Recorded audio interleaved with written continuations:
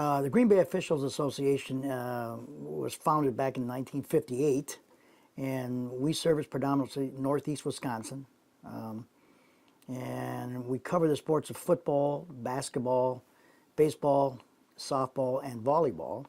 And we mentor officials, we coach officials, we teach officials, and we embody the rules with officials, and we try to promote them to be all that they can be as referees and umpires, so to speak.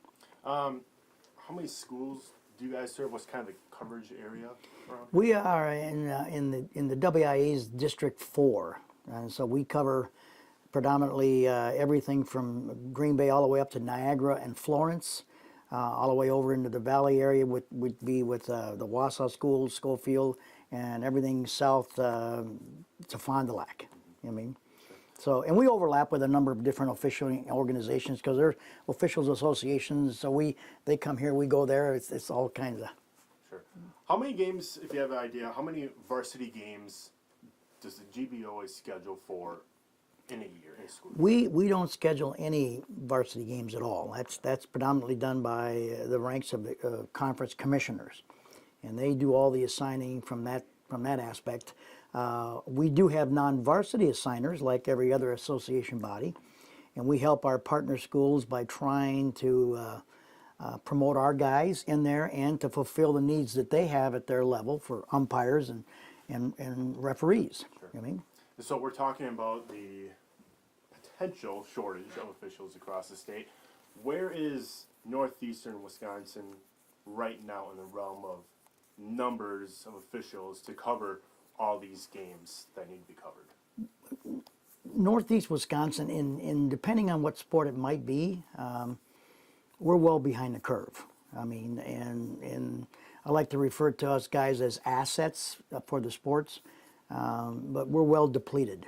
The feeder program that we once had back in the day, and I don't know how strong it was back then, it's kind of dried up.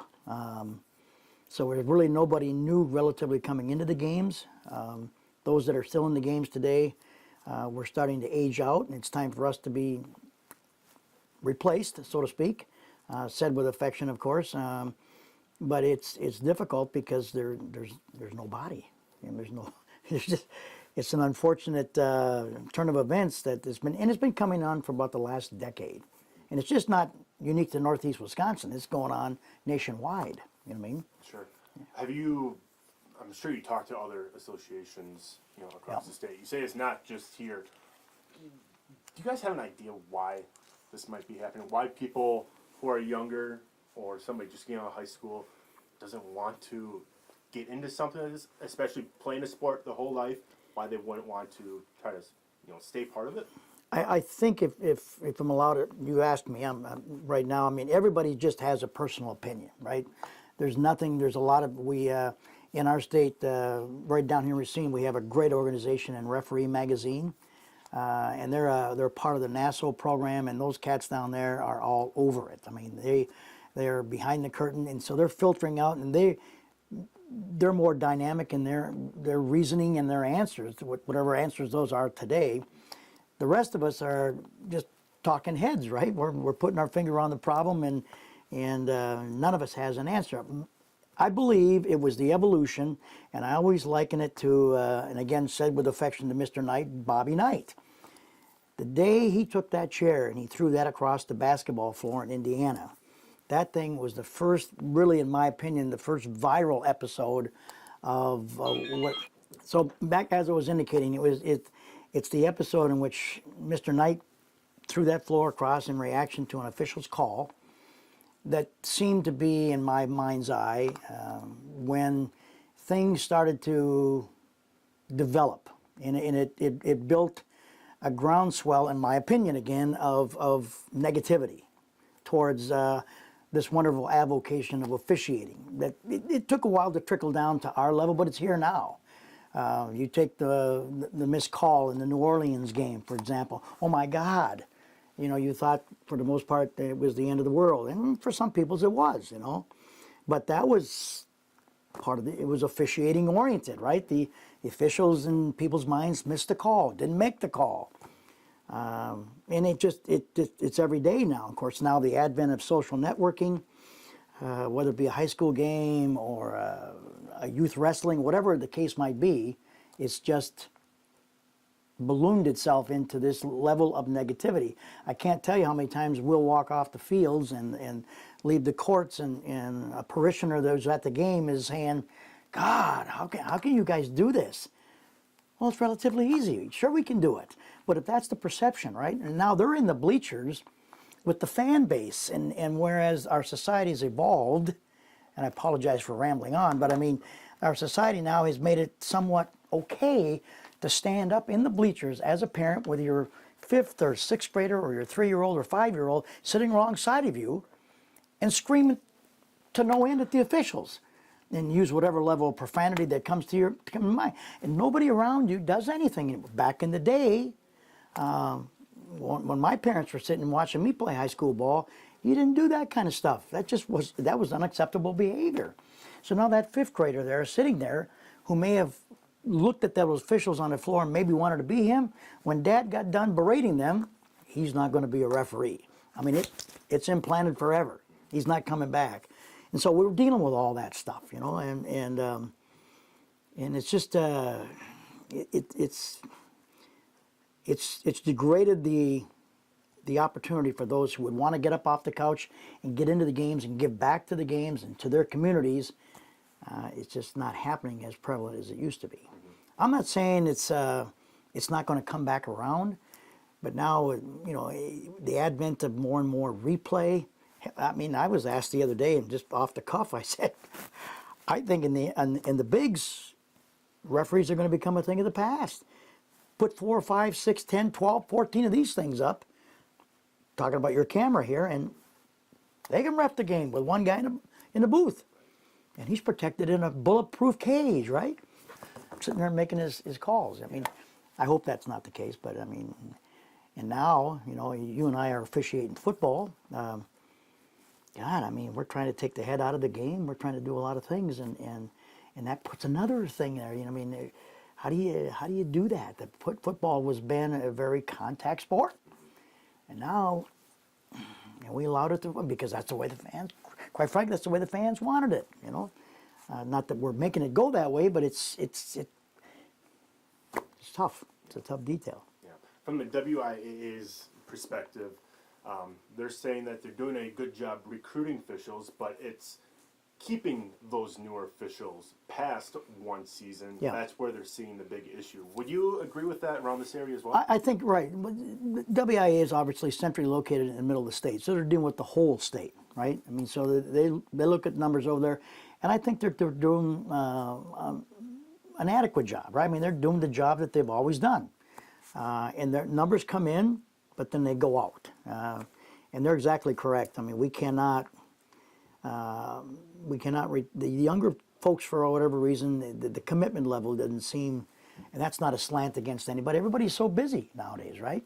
And then some of the younger guys that want to come in, they want to be up at the top, right out of the gate. They want to put the uniform on and say, how come I'm not working at the Kohl Center in Madison? This is my 6th game. How come I'm not down there, you know? Not everybody, but some.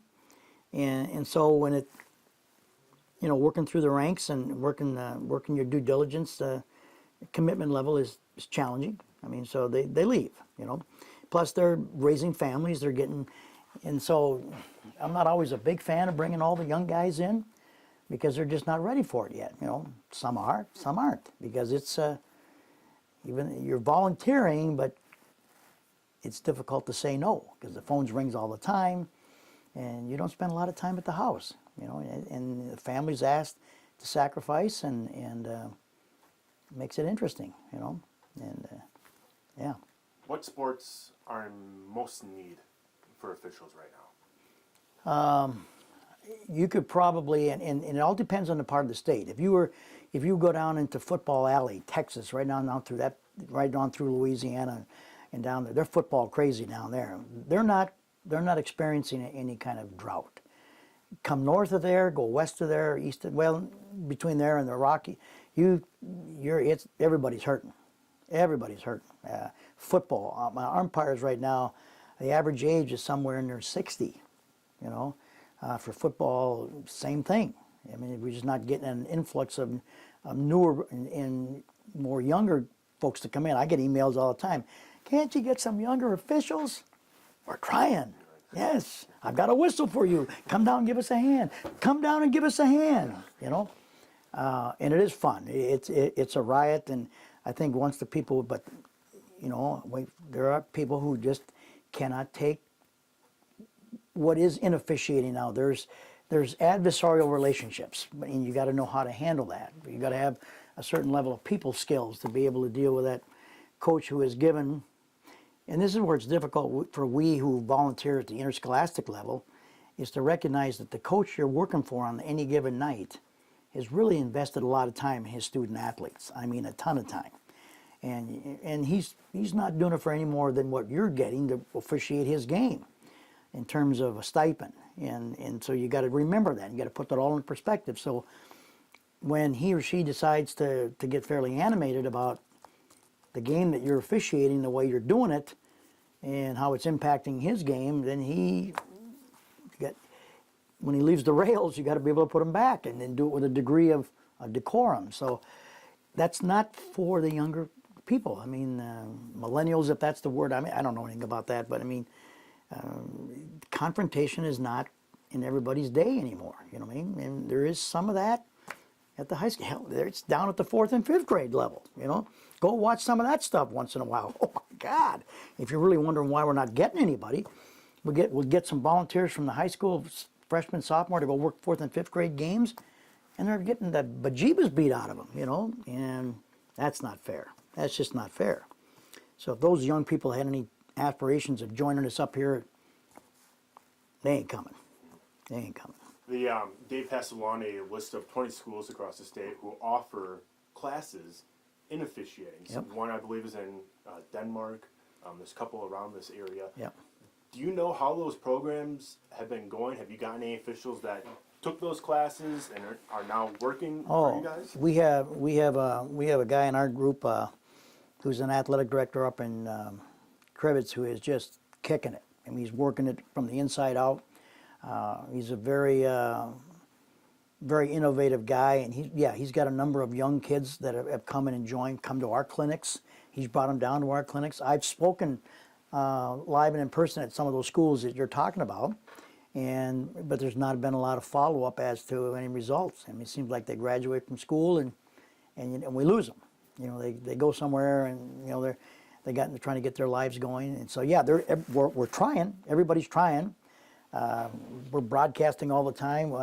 I've tried locally with the 2 collegiate programs that here in the city, and moderate gains with them. But you know, I've tried with them to try to put something on their curriculum, you know, at the collegiate level. But it's difficult as well because college students are coming from all over the place. So I mean, would we help benefit some other local parts of the state? Yeah, we could. It's like when we recruit at our state tournament here in town. We're passing out leaflets and talking to everybody who'll come to the table and visit with us, but they're coming from all over, right? So I mean, the WIA is doing a job. They're doing their thing, and they're getting it done, and we're seeing some numbers, but it all depends what part of the state you're talking about. You know, you go north of here, wow, hurting bad, just hurting bad. So you've kind of seen this trend, you know, ongoing for a while. Where do you see this trend continuing in the next 5 to 10 years? Are we almost to a point where games are going to have to be canceled? Yeah, that's already happened. That's already occurred. Well, I'm going to say cancel. They tried to postpone them, and some didn't get played. That's not in just state. I mean, I've been in conversation with guys in Iowa, guys in Nebraska. They've had those problems. We've had basketball games around here where crews have had to work the JV and the varsity game because even though we have numbers on that side of the aisle, we don't have numbers. And because there are so many games, you know. When we founded this organization back in the early 50s, we had enough assets to go around because not everybody's brother was playing. You know what I mean? We didn't have Title IX came into fruition, and now we got the ladies playing. Fantastic. And now we're playing games third, fourth, fifth, sixth, seventh. That was unheard of back in the day. And they want WIA licensed officials. Well, okay. So eventually, our sanctioned games, they take a back seat. And some of these club teams and some of these local outfits that are not WIA sanctioned, they're offering a fairly large stipend to attract our officials to go work those games. And then so eventually there's a saturation point. You just don't have anybody, Can you talk about maybe some of the success stories of some of the younger officials who have gone on to work higher levels? Mark Shield, for one example, who sounded like he just got another promotion for the Missouri Valley, this year. Yep. Can you talk about maybe a young person in their 20s or whatever who says, okay, I can do high school, but isn't aware of the other levels that are readily available, and there's a lot of open doors for people to move up? Well, there is. And but you can get fast tracked. You're going to be a unique individual in doing so, but there's going to be a dedicated investment of time. You know what I mean? You're going to chase that dream, and then it's like many are called, but few are chosen, kind of a thing. You know what I mean? And you have to be careful with that. I mean, I can recall I did the same thing back in my youth when I had a little bit more hair than I got now. And it wasn't until I went down to Bo Ryan's camp when he was at Platteville, and I was working D3 basketball at the time, and it was a hot summer day, and finally I approached a couple of the Big Ten clinicians that were there, and huffing and puffing, going up and down the floor, and I asked the question, what about getting to that next level? And there was a startled look on the clinician's face, and he said, what do you mean, Tom? I said, well, getting to, no, you don't mean D1, do you? I said, well, okay, let's go with D1. He said, you don't have a whisper's chance in hell to get there. He said, when he saw the look on my face of dejection, he said, no, don't take that the wrong way. You're one of the better officials out here. Matter of fact, today you're probably one of the best. But look at you. You're vertically challenged. You got no hair. You're not TV material. kind of a And I woke up, right? After spending thousands of dollars chasing that dream, going to clinics after clinics, wanting to be seen, not knowing that being seen was a disadvantage, right? And that's the way it is. But you take Mark, who you mentioned, and guys, you can make the grade, but you're going to wind up having to get somebody to recommend you. Somebody's going to have to see your game and say, that's a talent. We got to get this guy over here, Can you get to the NBA? Sure. Can you get to the NFL? You bet. We've had quite a few guys in our state that are working in the NFL right now. A couple of guys down south that I went to clinics with. We grew up together. They're doing a heck of a job. And one's a side judge, and a couple of guys are working in the Big Ten. So yeah, that if you aspire to do that, that opportunity is there. You know what I mean? Sure. Just as an example, I'm not in officiating just yet, but maybe I'm interested in getting involved in any of the sports. Give me kind of a little speech why I should get into officiating. Because I'm here to tell you, if you have any amount of people skill at all, and you do, and there's a lot of good folks out in TV land who might see this expose, come give us a hand, because I'm here to tell you it's about as rewarding as an avocation can be in giving back.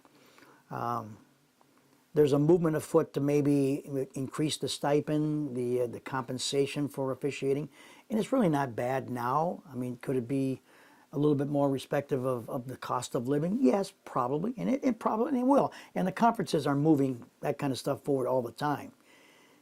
But there will become a saturation point when we get paid too much and the expectations aren't being met. I mean, it's an opportunity for somebody to come out and give back to their communities, give back to the games, to be involved with the games. And I'm here to tell you the rewards are just incredible. I'm not talking about state tournaments or all the fancy playoff games. I'm talking about the day-to-day. I'll never forget the time that I went up to White Lake, Wisconsin to work a basketball game up there. And the first time in their little bitty gym, they got a new field house up there now, but the coach was fantastic. The AD was fantastic, but they only had three 3-step benches, I mean, on the sidelines, and they were sitting you right on the floor, and if you walked too close to the sideline, you were going to get tripped. But those 125 souls that were in there that night made more noise in that game, and it was just to die for. You really had to fight like hell not to become a spectator, because it was a great game, played very athletically, and the fans were just into it. And traveling sometimes is interesting. You're battling all kinds of weather conditions. There's far and away more rewards than there are, and I could go on forever. I mean, we just need people to come in and be a part of it and get involved, because you're going to have the time of your life. You really are, you know.